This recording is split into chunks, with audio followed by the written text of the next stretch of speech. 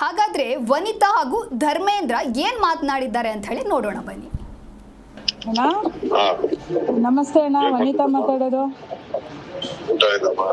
ಹಾ ಆಯ್ತಣ್ಣ, ನಿಮ್ದು?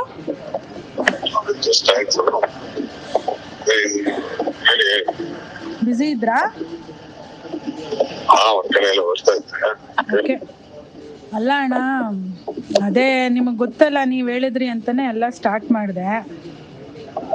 ಇವಾಗ ಎಲ್ಲ ಪೂರ್ತಿ 2-2.5 ತಿಂಗಳಾಯ್ತು, ಎಲ್ಲ ಒಂದೇ ಕಡೆ ಸ್ಟಾಪ್ ಆಗ್ಬಿಟ್ಟಿದೆ. ಐಶು ಅದಕ್ಕಿಂತ ಮುಂಚೆ ಸ್ವಲ್ಪ ಎಲ್ಲ ಸರಿ ಮಾಡ್ತಿದ್ಲು, ಇವಾಗ ಅವಳು ಫುಲ್ಲು ಪ್ರಾಬ್ಲಮ್ ಅಲ್ಲಿ ಇದ್ದಾಳೆ. ಇವಾಗ ಒಂದು ರೊಟೇಷನ್ ಮಾಡಿಲ್ಲ ಅಂದ್ರೆ ತುಂಬಾ ಕಷ್ಟ ಆಗ್ಬಿಡತ್ತಣ್ಣ. ಜನವರಿಯಿಂದ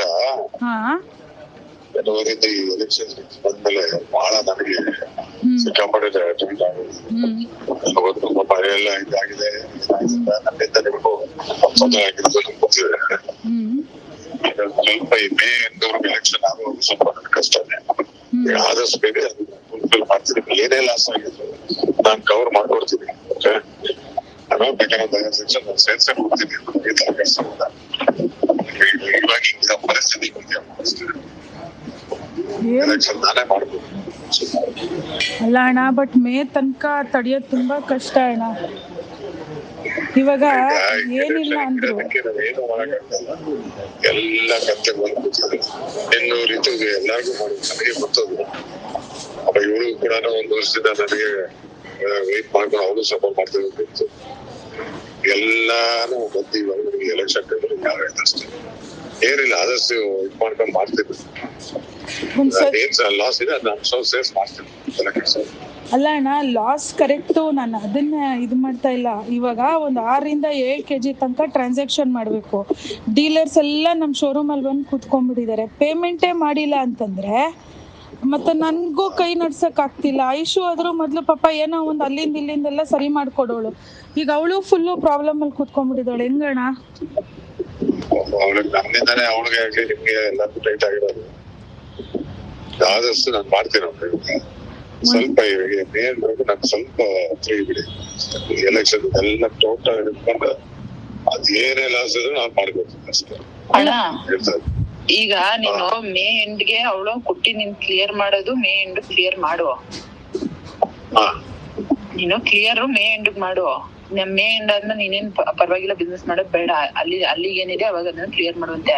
ಅವಳು ಹೇಳ್ತಾ ಇರೋದು ನನ್ ವಾಪಸ್ಸು ಈಗ ಅದನ್ನ ಟರ್ನ್ ಮಾಡ್ಕೊಡಿ ಅಂತ ಕೇಳ್ತಾವಳೆ. ಈಗ ಕೊಟ್ಬಿಡಿ ದುಡ್ಡು ನನ್ ಕೊಡೋಣ ಅಂತ ಹೇಳ್ತಿಲ್ಲ ಅವಳು. ವನಿತಾ ನೀನ್ ಹೇಳ್ತಾ ಇರೋದು ಇವಾಗ ದುಡ್ಡು ಕೊಡಿ ಟರ್ನ್ ಮಾಡ್ತೀನಿ ಅಂತ. ಈಗ 6 kg ಬೇಕಾದ್ರೆ ಕ್ಲೋಸ್ ಮಾಡಿ, ಆಮೇಲೆ ಬೇಕಾದ್ರೆ ನೀವು ಮೇ ಎಂಡ್ಗೆ ಕ್ಲೋಸ್ ಮಾಡಿ ಅಂತ. ಇವಾಗ ಏನ್ ಗೊತ್ತಾ ಅಣ್ಣ, ಅಟ್ಲೀಸ್ಟ್ ಇವಾಗ ನೀವ್ ಹೇಳ್ತಿದ್ದೀರಾ ಮೇ ತನಕ ಎಲೆಕ್ಷನ್ ಆಗೋ ತನಕ ಬೇಡ ಅಂತ.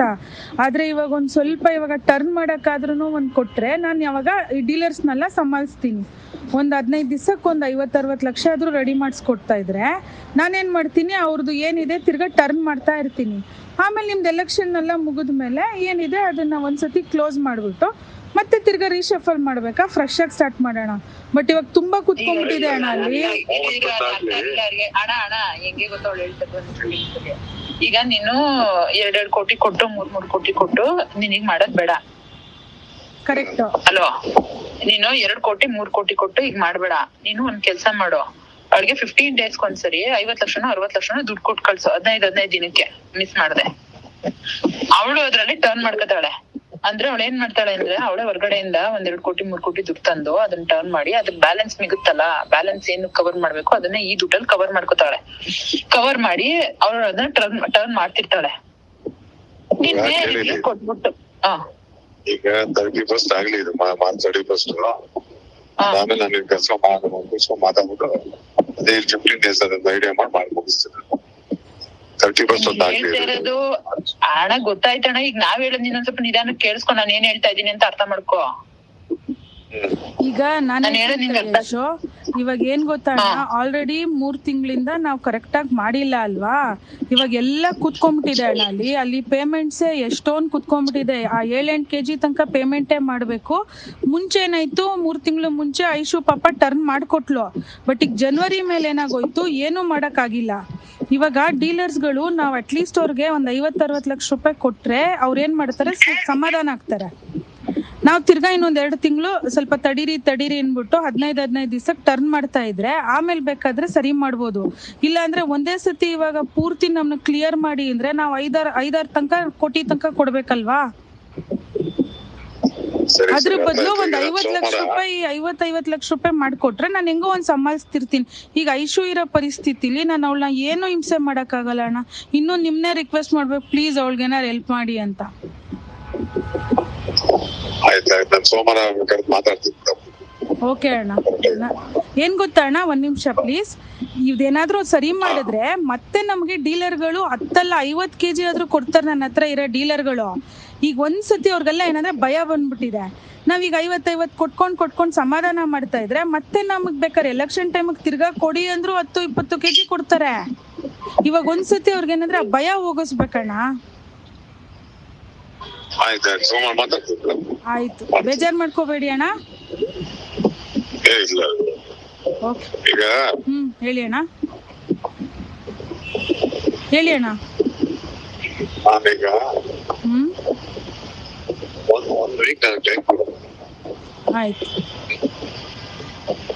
ನಾನು 50 ಲಕ್ಷ ಮಾಡಿ ಕಳಿಸ್ತೀನಿ. ಸರಿ ಅಣ್ಣ, ಸ್ವಲ್ಪ ನೋಡಿ ಅಣ್ಣ ಪ್ಲೀಸ್. ಜಿ ಕನ್ನಡ ನ್ಯೂಸ್ ಈಗ ನಿಮ್ಮ ಮನೆಯಲ್ಲೇ ನೋಡಿ. ಎಲ್ಲ ಕೇಬಲ್ಗಳಲ್ಲಿ ಈಗ ಲಭ್ಯ.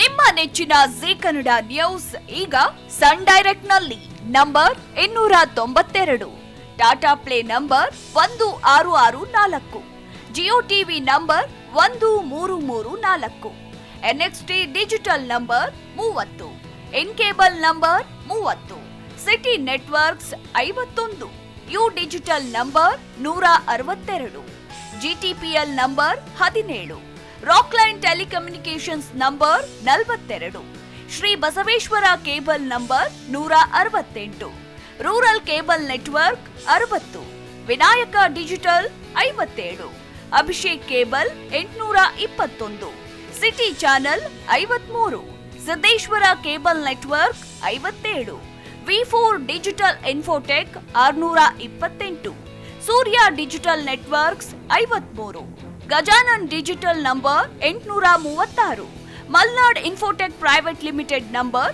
56, Metrocast number 830, Victory Digital number 167ರಲ್ಲಿ ನೋಡಿ ಆನಂದಿಸಿ.